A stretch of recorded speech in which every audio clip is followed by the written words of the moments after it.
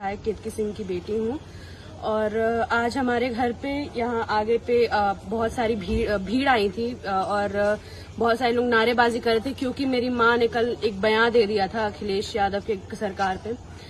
बात ऐसी है कि इन लोगों को लगता है कि ये लोग एक 16 साल की बच्ची को डरा के राजनीति कर लेंगे और अगर यही इन लोगों की शिक्षा है, यही इन लोगों को सिखाया गया है सरकार में, तो वो तो गलत बात है। तो इन लोगों को थोड़ा सा मैं बता दूं कि आप लोग जितना मेरे को डराएंगे ना, मेरे को तो कुछ डर नहीं होगा, लेकिन अगर आप लोग मेरे ऊपर उंगली भी उठा ली ना तो मेरी माँ आप लोगों को बीच से फाड़ देगी। तो आप लोग मेरे को तो ना बोलिए, ठीक है। अगर आपको बोलना है तो बलिया जाएं, बलिया में मेरी माँ है अभी, जहाँ पे वो अभी नेता है, जहाँ पे विधायक है, वहां जाके आप लोग बोले तो थोड़ा ठीक भी लगता है। 16 साल की बच्ची जो घर में अकेले रहती है उसको डराना तो कहीं की राजनीति नहीं है मेरे ख्याल से। और ये बात आप लोग अपनी सरकार से भी साफ कर दीजिए कि कुछ भी कर ले, मैं नहीं डरूंगी यहाँ पे, ना ही मेरी माँ डरेगी। तो मेरे घर से लेकर चले जाएंगे सब। राजनीति मैं करती हूँ, मैं विधायक हूँ, मैं भारतीय जनता पार्टी की कार्यकर्ता हूँ। आप जो बोलती हूँ मैं बोलती हूँ, जो करती हूँ मैं करती हूँ। अगर आपको घेराव करना ही था, आपको घेरना ही था, आपको डराना ही था, तो आप मुझे डराते ना। आप मेरी वहाँ 16 साल की बच्ची लखनऊ में अकेले रहती है और मात्र अभी 16 साल की है, 10वीं में पढ़ती है। उसको आप घेर करके और आप क्या प्रदर्शन कर रहे थे? आप क्या मैसेज देना चाह रहे थे? आप मुझे डराने की तरह से आप प्रयास कर रहे थे कि कीर्ति सिंह ऐसे नहीं डर रही है तो बेटी के नाम पे डर जाएगी। आप ये दिखाना चाह रहे थे क्या? आप ये कहते हैं कि हमारी सरकार आएगी तो ये करेगी वो करेगी। आज मेरी बच्ची स्कूल नहीं गई, डर के मारे 10वीं क्लास की बच्ची, एक दिन उसके लिए इतना कीमती है, आज वो स्कूल नहीं गई सिर्फ इनके हंगामे की वजह से।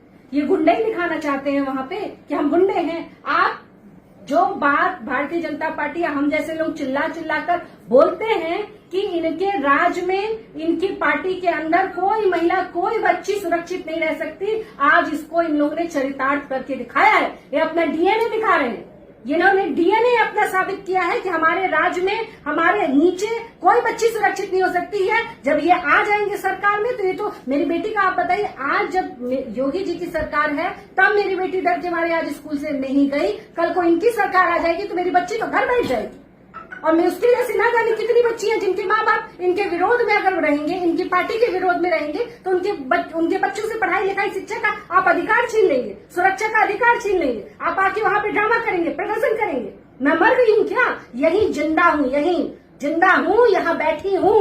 हिम्मत है तो आके मेरे से लड़ो। मैं कब पड़ गई हूँ क्या लड़ने के लिए? जो कहा मैंने, और मैंने कहीं भी किसी को चोर वोर कुछ नहीं बुलाया। मैंने एक हिसाब मांगा। क्यों ये लोग वोट चोर कर रहे हैं? तो क्या ये कहा जाए कि वो किसी को चोर कह रहे हैं? मैंने सिर्फ हिसाब मांगा टोटियों का, कल भी मांगा था, आज भी मांग रही हूँ और कल भी मांगूंगी। और सिर्फ इसी का हिसाब नहीं मांगूंगी, जितना आपने भ्रष्टाचार किया है, जितना आपने अपराध किया है, जितना आपने कत्ल किया है, जितना आपने बलात्कार किया, सबका हिसाब मांगूंगी। और ये अगर आपका सोच है कि हम जैसी महिलाएं जो इस देश के लिए लड़ रहे हैं, आपके विरोध में जो लड़ रहे हैं, अगर उनके परिवार को आप ढाल बनाकर और सोचेंगे कि हमको डरा देंगे, ये नहीं होगा। कल जब से मैंने बयान दिया है, आप लोग फेसबुक उठा के देखिए, इतनी गंदी टिप्पणियां एक महिला के खिलाफ में ये कर रहे हैं। मैं पूछना चाहती हूँ, राजनीति का स्तर कोई होना चाहिए कि नहीं होना चाहिए? कोई राजनीति में कोई शब्दों की मर्यादा होनी चाहिए कि नहीं होनी चाहिए? मैं भी किसी के घर की बहू या बेटी हूँ, मैंने तो किसी को चोर नहीं कहा, पर जिसके दाढ़ी में तिनका रहता है उसको खुजली जरूर होती है, उसको पता चल जाता है कि मेरे ही विषय में बात हो रही है। तो जिनके दाढ़ी में तिनका था, इन समाजवादियों के, इनको खुजली हुई और मैं ऐसे ही बोलती रहूंगी। ना मैं कल घंटा किसी से डरती थी, ना मैं आज किसी से डरती हूँ। कैसे बच्चे स्कूल जाएंगे?